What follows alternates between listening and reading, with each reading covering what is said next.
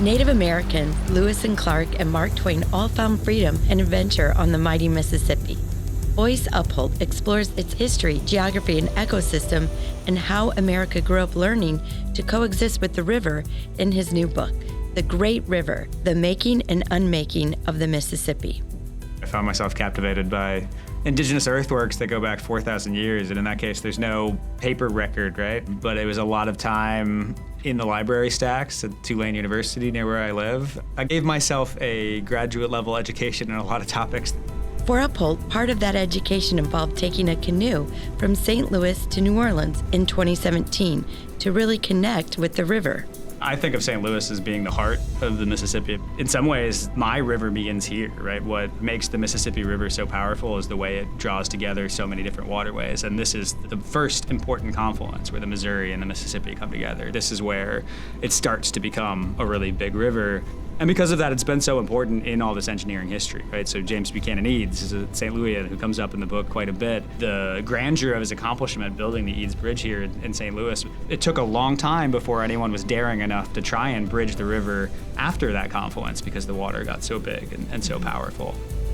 Despite Upholdt's fascination with the history and the engineering surrounding the river, its untamed nature really drove him to write this book. Part of what made me fall in love with the Mississippi River was that it's not suburbia. And despite all the engineering and human intrusions, it is so big that it remains wild. I hope that people will endure the mosquitoes and go out and experience it. The more people that know the river and love the river, the better the river will be taken care of.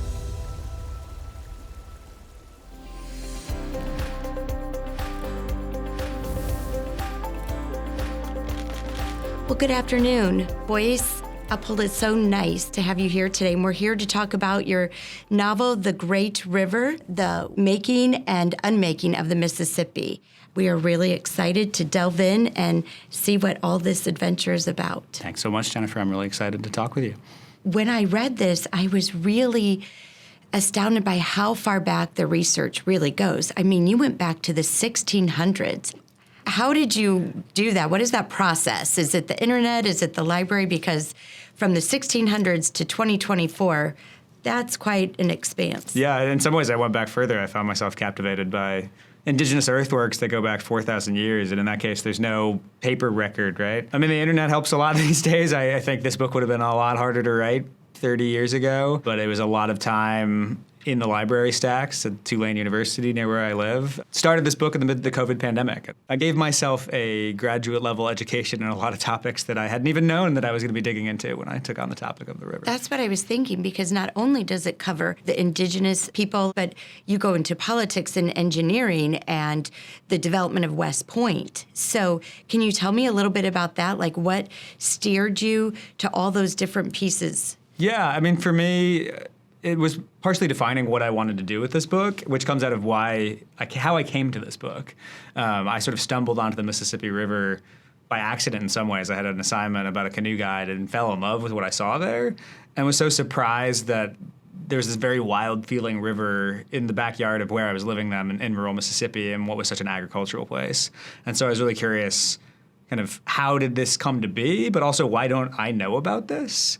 And those were kind of the guiding lights. And so as I am a completist, and so I try and understand as much as I can, and that's why I spent somewhat long in the libraries. But as I was casting through all that, I was always looking, okay, like which pieces of this history are really essential for us to understand why the river looks like what it looks like today.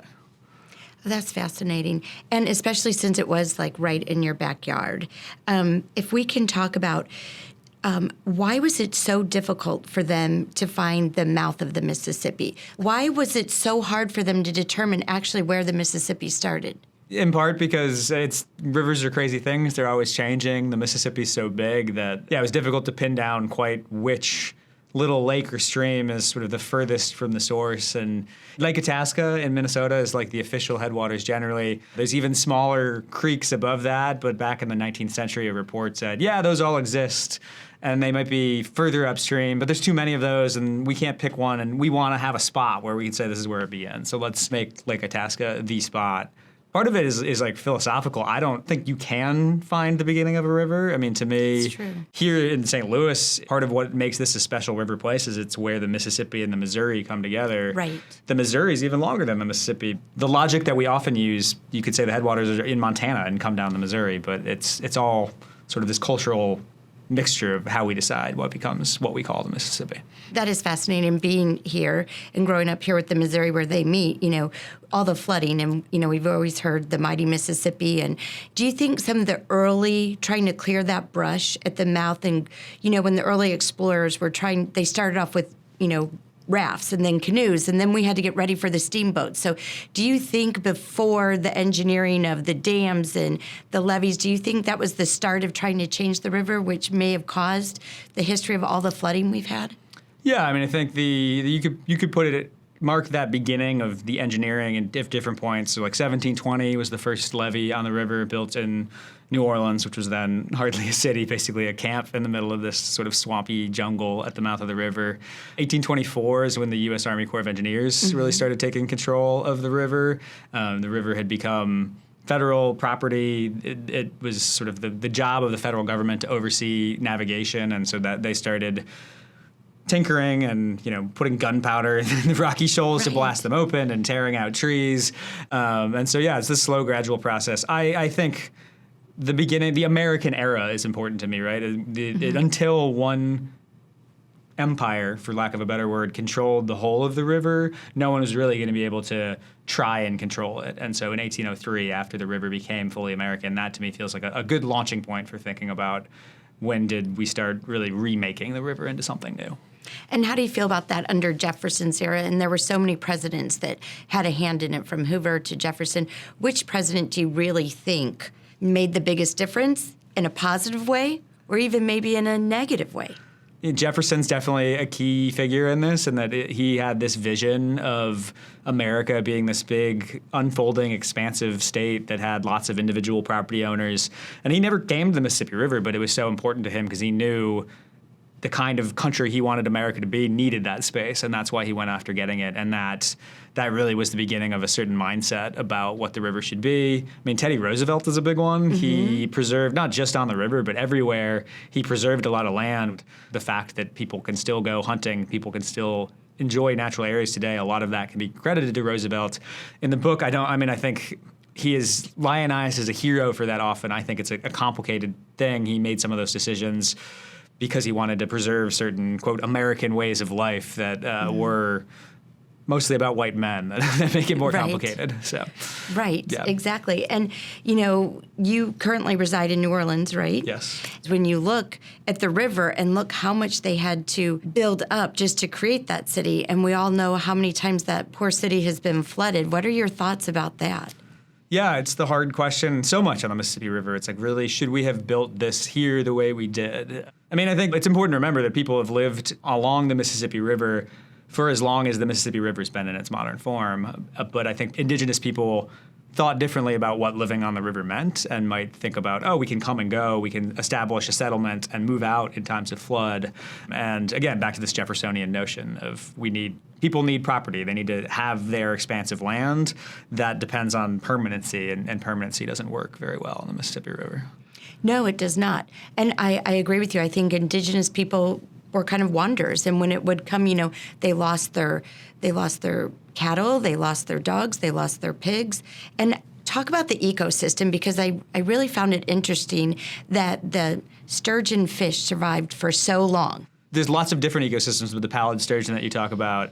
One of many species, and they're really incredible. They're fossils from up in Montana in the Missouri watershed that show that this species has been here for tens of millions of years.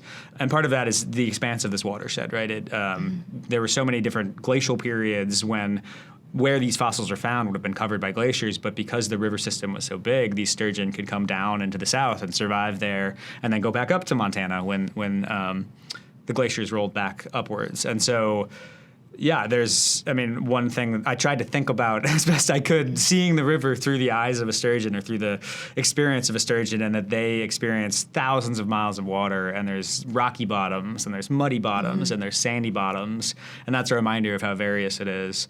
One of the important things to think about the ecosystems in the river is how dynamic they are, right? It connects, it unconnects. You have this floodplain as a space that for part of the year gets wet, and fish can swim into that and sort of rear themselves there and feel safer in these slower waters and find lots of food and make it back to the river. And I think one of the challenges we face now is we don't like things to change. We want to keep them permanent. And so we've altered these ecosystems in ways that cut off a lot of these backwaters. Right, so how can they get back, Yes, yeah. And that's why they're dying off. So how did your journalism background lead you to this? Because, most journalists, they're out, chasing war stories, or they're out, fighting crime and that kind of thing, doing crime stories. How did your journalistic background prepare you for this? Yeah, I think I'm not a traditional journalist. I sort of wound up in Mississippi. I wanted to be a writer, more so than a journalist. Okay. I thought originally I was going to write novels and short stories.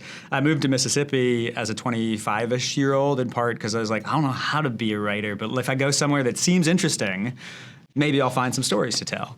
And so I've never actually had a job for a newspaper or even for a magazine. I've always been a freelancer, and so I'm always kind of running around trying to find things that I find interesting. And that's often been stories about the environment. It's been adventure stories, for lack of a better word, going out and exploring places that I find interesting. And so I think it makes sense that I came to this book because, I moved to Mississippi and had this giant river in my backyard. And eventually I made my way there and was so taken with what I found.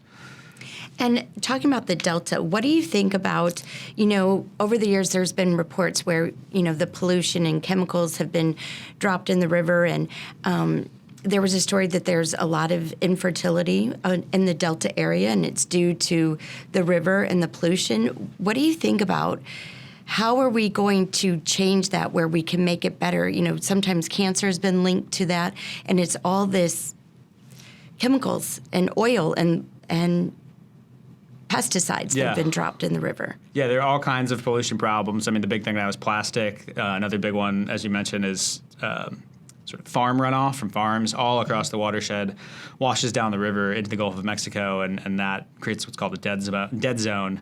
It has been a hard challenge. That dead zone in particular is something that we've known about for decades and have not been able to make any progress on, in part because this river is so big, touches so many states, is overseen by so many agencies that sort of the governance structure isn't really clear how, the dead zone is a problem down in Louisiana, but it starts in Iowa or Minnesota or Kentucky, and authorities in Louisiana have no say over what's happening in those farms. And so we're struggling to find a way to control all that.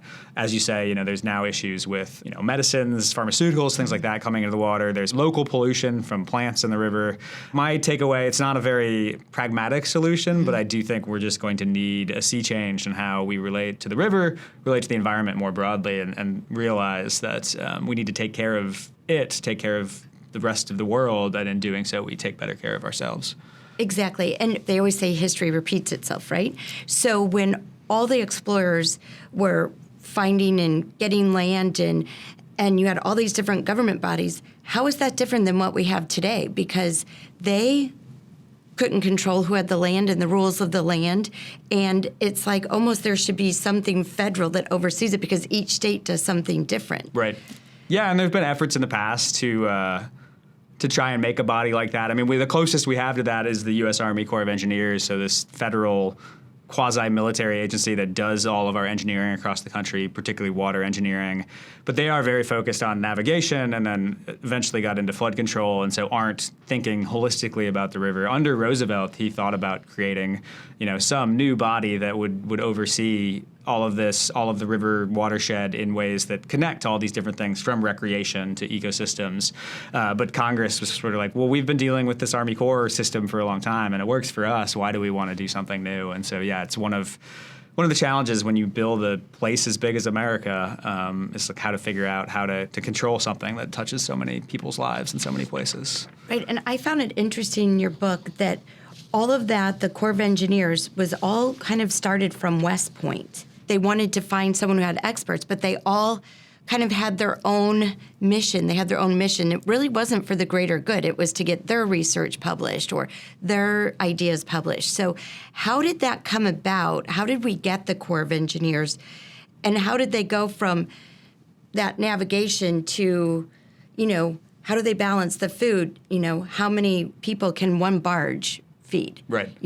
So off with the steamboats because a barge can be so much bigger. So Yeah. Can we talk about that? Absolutely, yeah. The Army Corps of Engineers is a very interesting entity. I think that 40,000 plus employees now, mostly civilian, but commanded by the Army. It all goes back to the American Revolution, interestingly. And we were America, or the rebels were kind of hodgepodge, not the most sort of intellectual bunch in that moment, and we didn't have a whole lot of people in that rebellion that knew how to build fortifications or bridges. And so Washington was like, well, this is a problem, and had to bring over some French-trained engineers to make sure that we were equipped to do that. And by the time Jefferson, popping up again in the story, when he was president, he was like, well, we really need to get this, take care of this problem, nip this in the bud. So let's make an institution where we'll train these people. And so that's how they got to West Point. That was where it was sort of the site of the Army Corps of Engineers. And it was a very small group of students and instructors at first. But again, in 1824, when a Supreme Court decision turned all navigable rivers into federal property because only the federal government could sort of intersee this interstate commerce that was going on these rivers, people looked around and said, well, if this is federal property, we need a federal agency to kind of corral this thing. And the best available people was this Army Corps of Engineers. And so that's kind of how they got put in charge. And over the decades and then centuries, their power grew and grew. And usually grew because someone with some wealth and power was like, I think it would be a good idea for the Army Corps to do something like this to the river, particularly building levees to keep water off land they wanted to farm. And they would always take a while, but eventually the government would be convinced that, oh, yeah, maybe we'll do that and we'll help these people out. For the novice person like myself, when I hear levee, I know what that is growing up in Missouri because we have a lot of those. But what did all the locks and dams do? Because there was an era where they were always building locks and dams. Can you just help clarify, the difference in what and how that affected the river? Absolutely, yeah. So levees are obviously this wall of earth, usually earth along the edges of the river, and that's there to hold back floods. Locks and dams are generally about navigation to help boats move on the river, and that really started on the Ohio River, which was narrower, more shallow, and but always had a lot of traffic because that's where settlement was first. And so the conundrum was always, how do we get boats down the Ohio to the Mississippi, which in the South was big and never, it never needed more water. There was plenty of water. I mean, this was talked about for decades and decades. It really finally kicked off the late 19th century. Engineers were finally thinking about how can we get a river this big to be in control. They'd done it on smaller streams up in the mountains in Ohio and Pennsylvania, but they eventually built essentially the dams or walls that cross the river. They hold back water, and they keep this big pool behind them so the water is the same level all year. If there's too much water, they can kind of open up some gates and let water through, and you turn a river into a staircase. And then the locks are necessary to get up and down that staircase. A boat slips in, you open some gates, and water either pours in or pours out, and that allows the boats to come up and down to each of those steps in the staircase. So growing up in St. Louis, and, we grew up with Mark Twain and Lewis and Clark's expedition, and it was really fun for me to read that part in the book. So how can you explain the connection with St. Louis, like how the Mississippi River is important to this area? Yeah, I mean, I think of St. Louis as being the heart of the Mississippi in many ways. We were talking earlier about where does the Mississippi River begin. I think in some ways my river begins here, right? What makes the Mississippi River so powerful is the way it draws together so many different waterways. And this is the first important confluence where the Missouri and the Mississippi come together. This is where it starts to become a really big river. And because of that, it's been so important in all this engineering history, right? So James Buchanan Eads is a St. Louisan who comes up in the book quite a bit.